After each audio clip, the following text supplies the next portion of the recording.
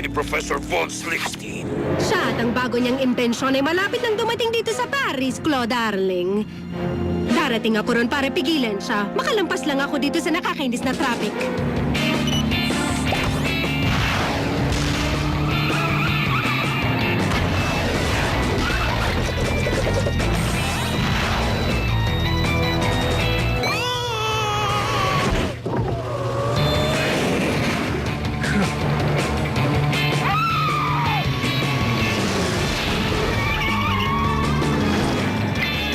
Kaya lang may dala kong hindi magandang balita.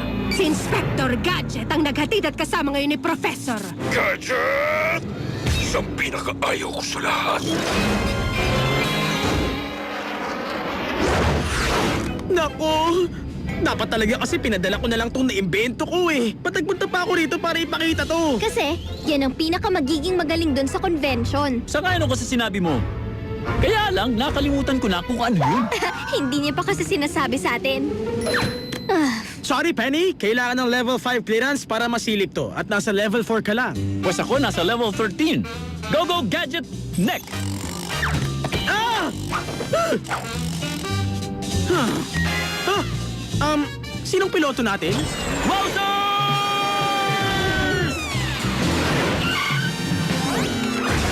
Nandito na tayo sa Tech Garb Tech Show! Ito ang showcase para sa mga tech-related fashion! Ito ang pinakamalapit sa lahat! At pinakanakakatakot! Hindi, wala kang dapat ikatakot. Dahil isa kang tech fashion guru na may dalang importanteng imbensyon. Tama ka! Kaya lang yung pagpe-present ko nakakakaba! Dahil maraming tao, Pag ganon, hindi ka dapat matakot, Professor. Wala yun. Libu-libong tao lang yun na pinapanood ng bawat galaw mo.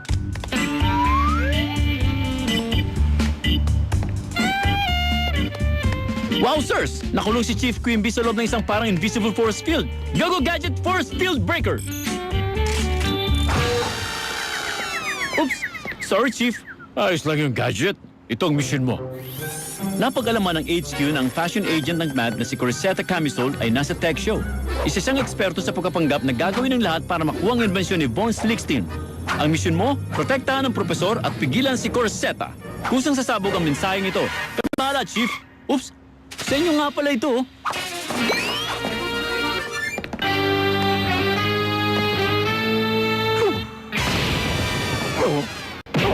Brain, bantayin mo si Uncle Gadget. Sasamahan ko si Professor.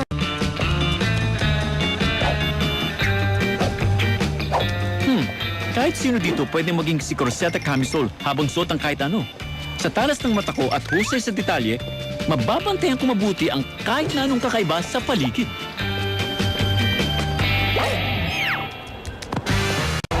Aha! Walang duda, isa kang agent ng MAD. Kahit kailan, hindi ako manloloko ng plastic mong balat. Subukan mong pumorma ngayon, Inspector Gadget. Aha! Ganon? Nagtatago ka sa gitna ng karamihan, ha? Corsetta Camisole? Go-Go Gadget Handcuffs! Professor Von Slickstein, 10 minuto na lang magpe-present na kayo. Okay na rin, kasi hindi pa nagpapakita si Corsetta Camisole. Brain, sinong gumawa niyan sa'yo? Si Corsetta Camisole? Papunta na siya rito? Ang invention to! Kukunin niya to! Eto, bantayan mo, Penny. Hindi to dapat napunta sa kamay ng MAD! Pero kailangan mo tong i-present. Paano ka magpe-present kung manakaw to? O sige, babantayan ko na. Hahawakan ko lang to hanggang bago ka umakyat ng stage. Kita tayo doon in 10 minutes. Tigil! Masamang agent ng MAD!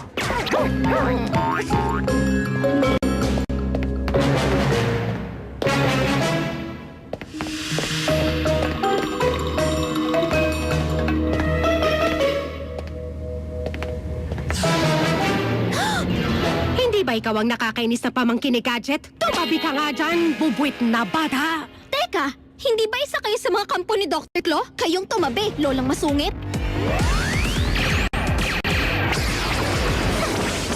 Ginamit niyang armas ang handbag niya? Ang luma kaya? Sensya na! Sorry po! Yeah! Saan nagpunta yun? Boss 16. 6 na minuto na lang bago ang presentation nyo. Tigilan mo na ang kasasabi niyan! Sino yan? Matakot ka! May sapatos ako na may takong! Ha? Teka, yun ang sikretong katok si HQ! Ha? Ha? Ah! Yan ang Auto Floppy Restraint Hat! Matibay na polyfiber ribbons, auto camouflage, walang dating na spray. Uy, yung si Corsetta camisole pala, ang galing! Ganun ba? Maraming salamat.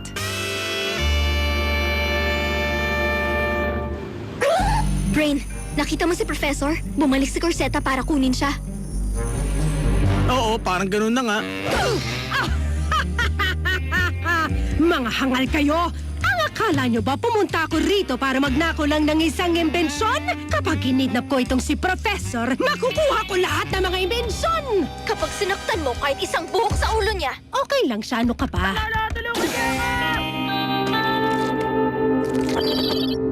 Hawak ko na ngayon si Professor, kaya lahat ng matatalino niyang imbensyon mapupunta na sa ating lahat! Niligpit mo ba siya na maayos? Ayoko lukot-lukot ang mga scientist ko. Pwera na lang ako matanda na. Yun nga lang, kinikilabutan ako sa ganon. Uso ka pala talaga, Corsetta Camisole. Pero walang nakakatakas sa matatalas na mata ni Inspector Gadget. Naku, pasensya na, ma'am.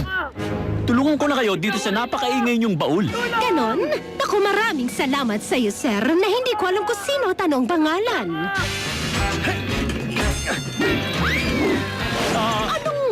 Ang mad agent na yun, ninakaw ang maingay yung baul. Diyan lang kayo, ma'am. Pipigilan ko siya. Go, go, Gadget Grabbers! Oh!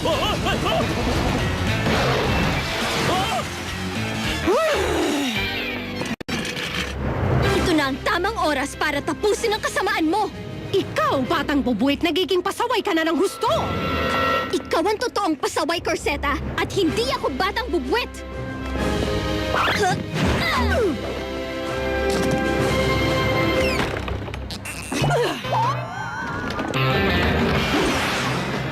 Bilis, Professor! Labas na dyan! Tama. Dahil sa isang matari na babae ang baul at gusto na niyang mabawi.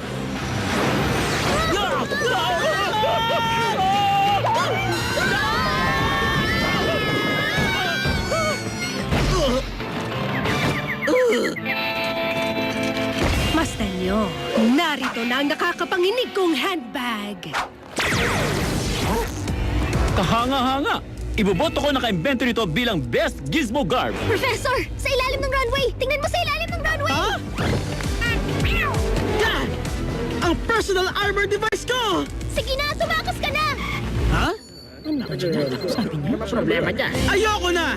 Nagsasawa na ako sa katatakbo! Uy, ang tapang! Hayaan mong makulang ko yung sandaling yan.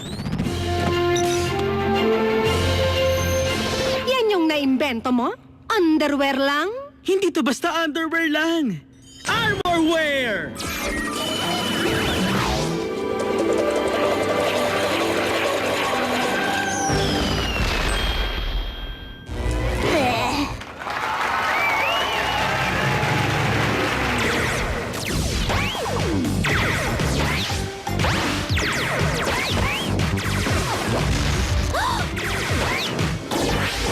Ang galing mo, Professor! Nagustuhan ng mga taong na-imbento mo! Gustong kidnapin ng mad agent na yun si Professor.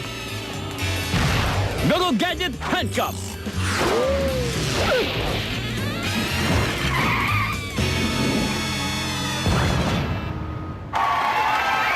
Ginagawa ko lang ang trabaho ko, mga kaibigan. Nagawa ko, Benny! Napakita ko yung invention ko sa maraming tao! Hindi ko magagawa yun kung wala ka! Ano? Anong tingin mo sa personal armorwear ko? Ang galing mo, Professor! Malamang hindi ko isusuot yan, pero...